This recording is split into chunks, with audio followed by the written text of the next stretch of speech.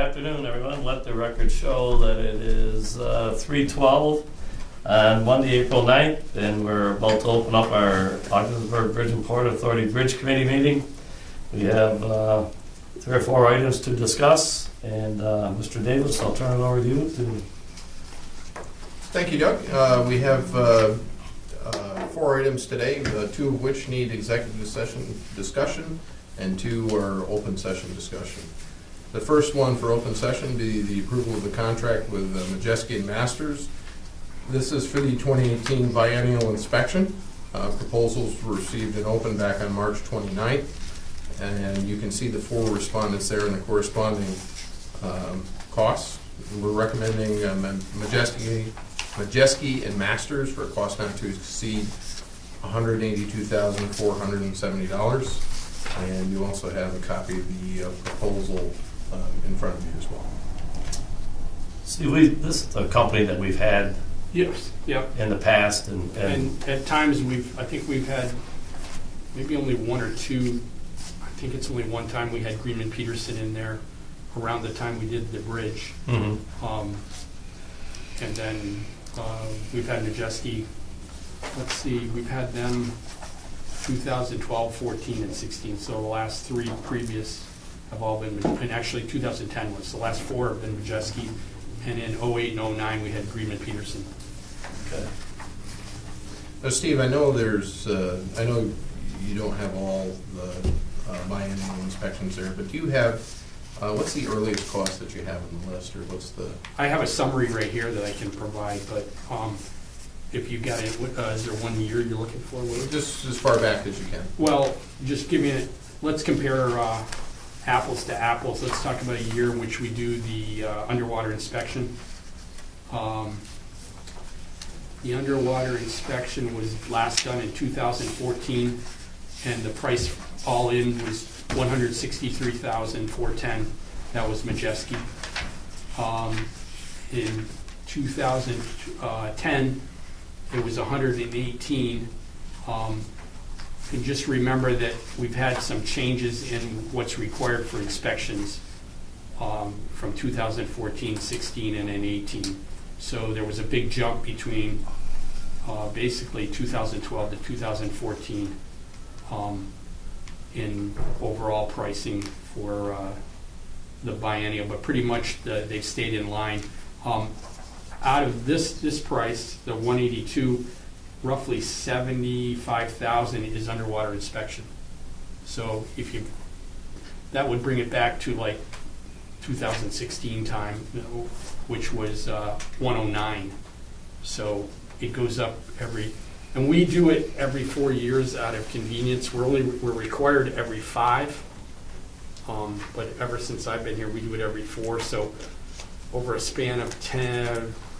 Let's see, over a 16-year period, you're actually doing 1 extra underwater that you probably could look at, but it just changes. And what we've done is we just go every other year, every 4 years we do it instead of 5. So that's why. So the next one would be in 2022, and then next in 2020 it'll just be a normal inspection without the underwater inspection.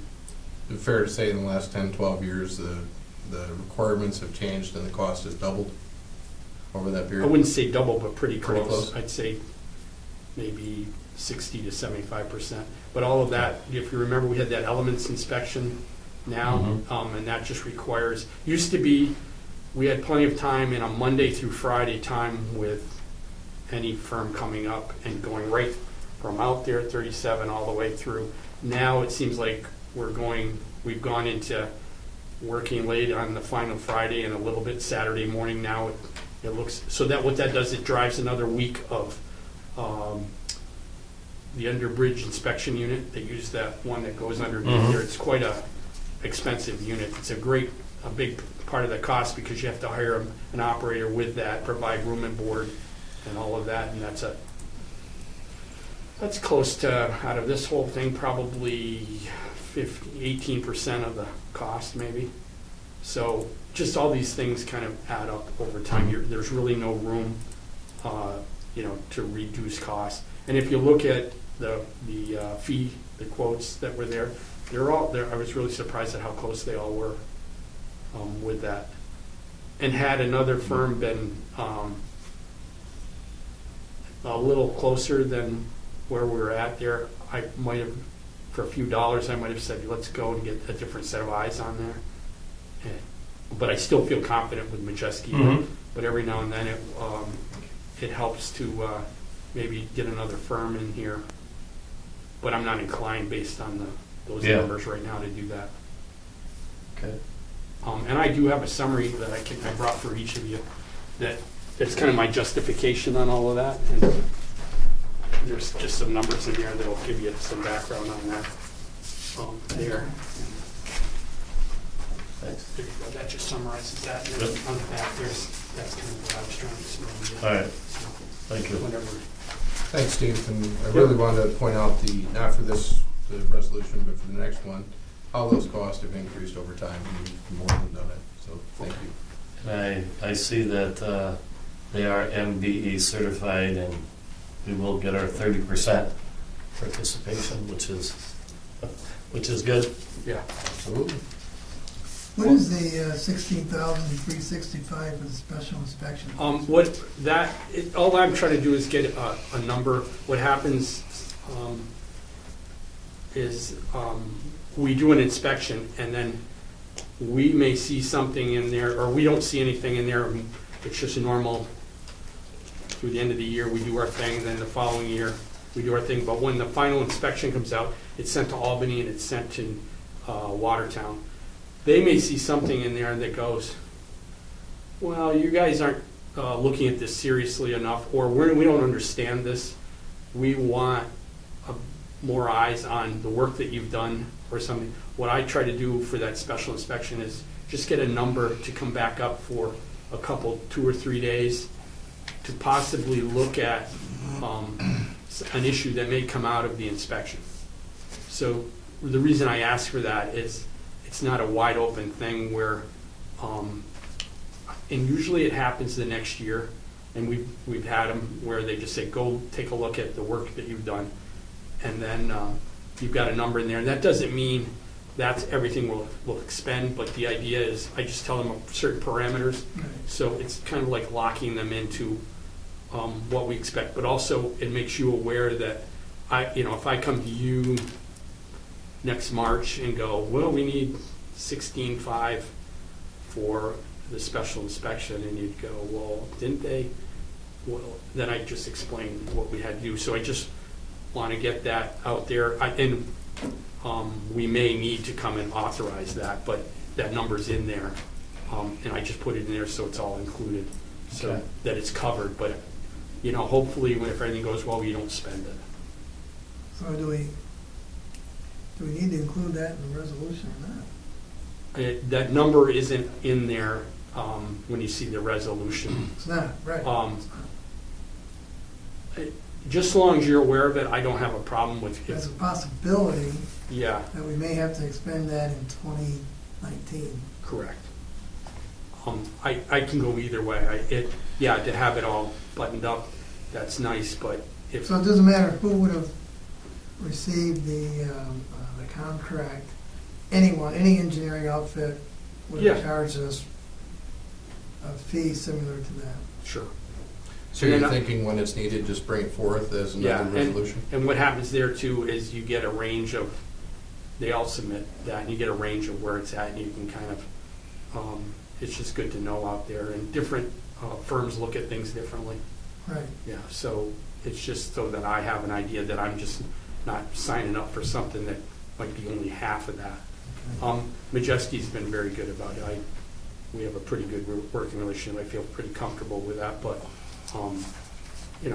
we're a business and we just need to keep everybody, and they understand that. Mhm.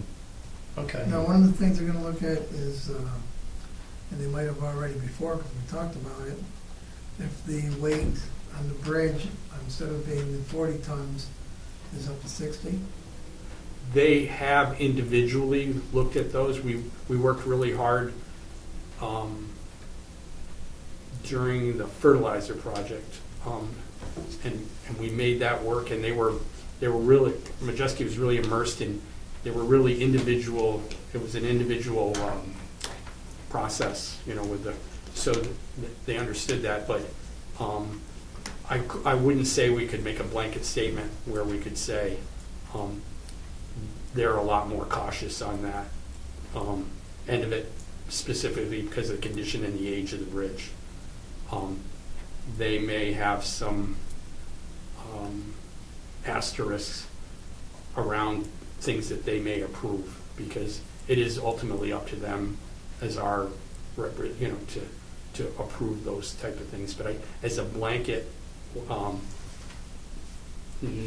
don't think they'll blanket just say you can go to a certain limit. And we've had these discussions over time, and it's been 5 or 6 years older, and we haven't really modified some parts of the bridge like they probably should be, so that you could get to that point.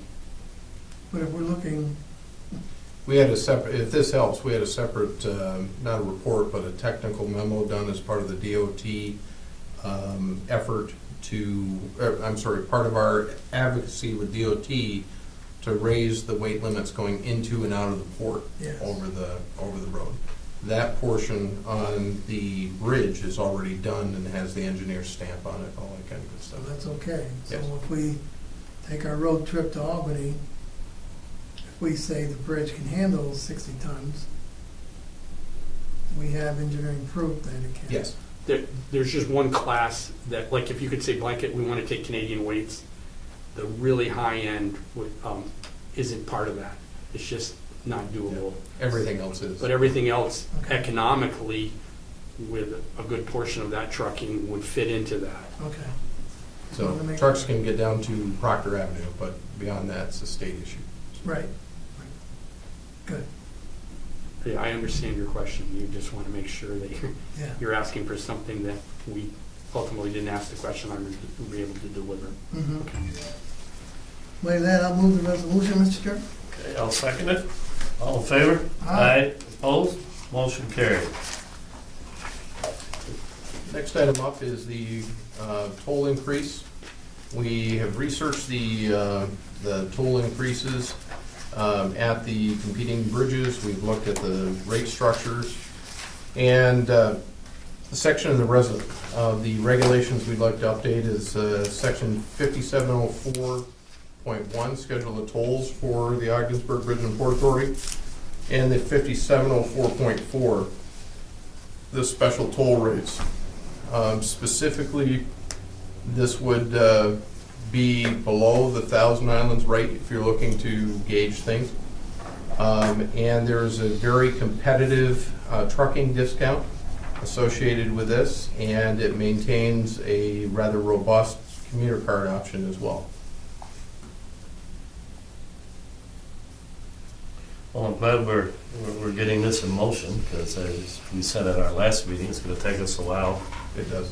to get this approved, so I'm very happy to see that we've started the process, so. And these, you said these are very competitive rates? Yeah, so for example, you can see the rates in front of you. On the board, there is the that's Seaway rates Okay. by comparison. And there's Thousand Islands by comparison as well, the US column. Yeah, So we're right in line with that, plus we have a very competitive toll rate program for commuters of 15% discount and 25% discount. And we'd maintain the 50 one-way trip ticket books. There'd also be the advantage of the, on the commercial side, the 6 one-way trips prepaid for the blue card. And accounts over $35,000 annually would have a 15% incentive credit for future travel. Know if this was in place now, what the difference would be in revenue for last year? Utilizing this toll structure, it's just under $381,000 difference. Good, thank you. I'll move the resolution, Mr. Chairman. thank you, Mr. Burns, and I'll second it. All in favor? Aye. Opposed? Motion carried to bring to the full board. The next two items deal with contract, well, actually, the third one I can do in open session if that's okay. It is with a toll agreement with E-Transit. E-Transit is recommending a toll agreement that is $281,000 over a 6-year period. That is a non-starter with both Jim and myself, but I recommended that we bring it to the Bridge Committee for discussion, and staff recommendation on this is no deal. But I did want to bring this to your attention. So what this contract would do, it provides routine maintenance on our toll system, warranties, curative maintenance, preventative maintenance, 5 days a year on-site support, and system operational support, and for $282,000 round numbers. And this being a newer toll system, I don't feel this is a good fit at this time. Go ahead. I'll wait. No, go ahead. Well, I was gonna say, didn't we just get this operational? Just Yes. like right Yeah. Yeah, a month or so ago, or however. Now, it's been in operation now for April of 2016, About a 2017? year, about a year. Yeah. That was, it was completed, 2016, right? yep, came online in Yeah. 2016. So, It had a cost, the total install cost is approximately $600,000 on that. and we're receiving updates at the present time? No, No, that's correct. why not? Well, it's still been in its, what do you want to say, there have not been any significant problems since E-Transit resolved them at the end of 2017. Is there no updates in any of the software? There's been no updates, no changes, everything's been running right along. It's kind of like a new car. Mhm. And this is, do you buy the extended warranty on the new car? Up front, the answer is no, but eventually you're gonna get burned somewhere down the line. Are we gonna get burned $42,000 worth? It would take a pretty huge catastrophe out there to Right. have a $42,000 incident all at once. You know, are we exposed? Yes, because there would be some type of time and materials basis if something did fail out there. So there is a risk associated with that.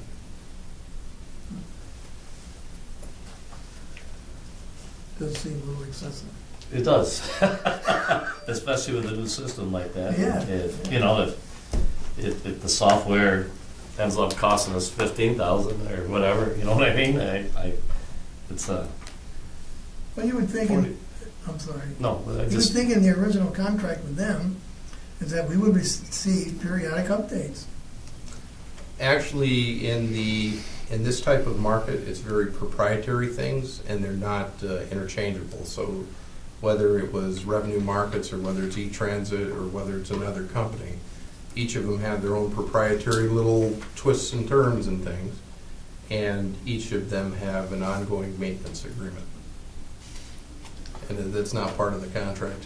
You may want to mention what we used to pay to a former vendor.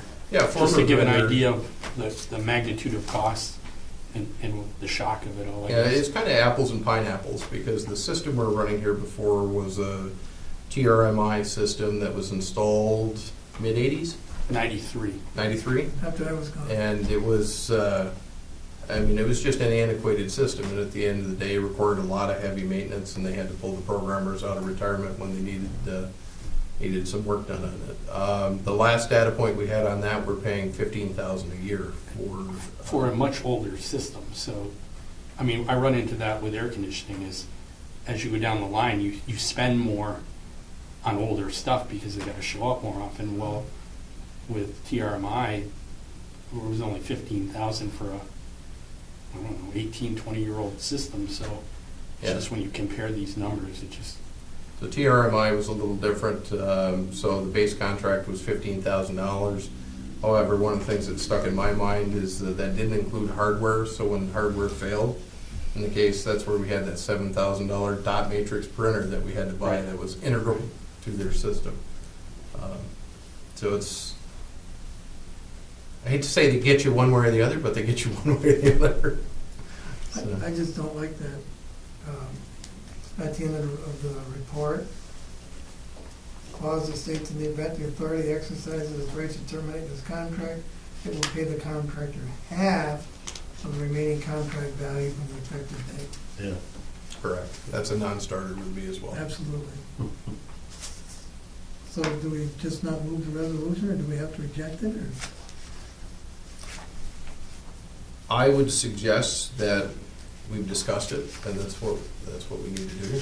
And I would say, directly you come up with something else, and I'll be happy to turn around and talk to the vendor to do that. My commitment to the vendor was, look, I don't agree with this, we don't agree with this, but we'll bring it forward to the committee for discussion. So that's kind of where we are. We discussed it. Come up with something cheaper. Okay, we'll do. Definitely.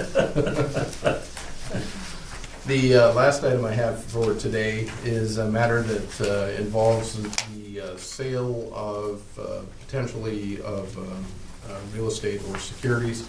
There is a need for executive session on that topic. I'll move that we go into executive session. Second?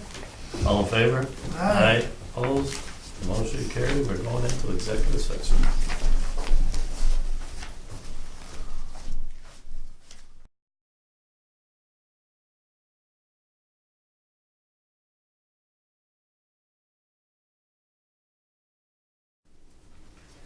Okay, let the record show that it is 3:50. We just come out of executive session.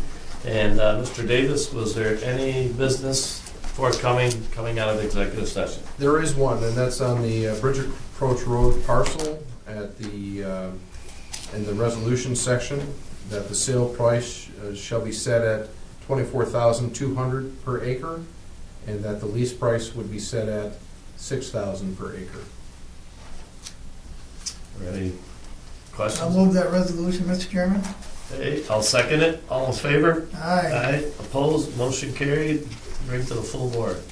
I'd like to thank you, Jan, for getting this going, you and the administrative staff. It's that property's been sitting there for ages, and hopefully we can get that out and turn that around in a hurry to benefit everybody. Create some more jobs, benefit the authority, benefit the community here. So it's a good job, good positive step forward. Thank you. Thank you. Any further business? No business at this time. I move we adjourn, Mr. Chairman. I'll second. All in favor? Aye. Opposed? Motion carried. We're adjourned.